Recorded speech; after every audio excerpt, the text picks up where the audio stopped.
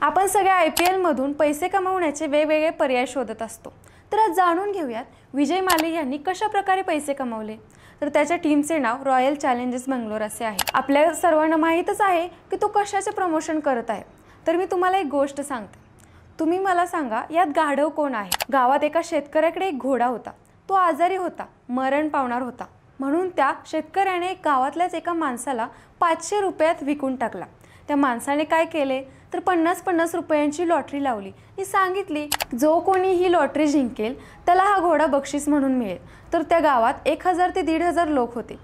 त्यातील 1000 लोकांनी लॉटरीचे तिकीट घेतलं। 50 रुपये म्हणजेच बघा, त्या माणसाने 50,000 रुपये कमवले। आणि जेव्हा लॉटरीचा दिवस आला व गावातला एक मनुष्य जिंकला, तेव्हा त्या माणसाने लॉटरी जिंकणाऱ्या माणसाला सांगितले की अरे हा घोडा तर आजारी आहे, मरण पावणार आहे, तू एक काम कर, तू ना हे 2000 रुपये घे। तर तुम्ही मला सांगा यात गाढव कोण। तुम्ही सगळे क्रीम 11 वर टीम बनवताय कशासाठी, तर रोहित शर्माची लॅम्बोर्गिनी मिळवण्यासाठी। आपण एका कम्प्युटराइज्ड ॲपवर पैसे लावतो, आपल्याला हे देखील माहित नाही की समोरचे प्लेयर्स रिअल आहेत की बोट। मग प्रत्येकाकडून 10 रुपये जरी आपण काढले, लावणाऱ्यांची संख्या कोट्यांमध्ये जाईल। तर तुम्हीच हा विचार करा, तुम्ही जिंकत आहात की हे ॲपवाले जिंकत आहेत।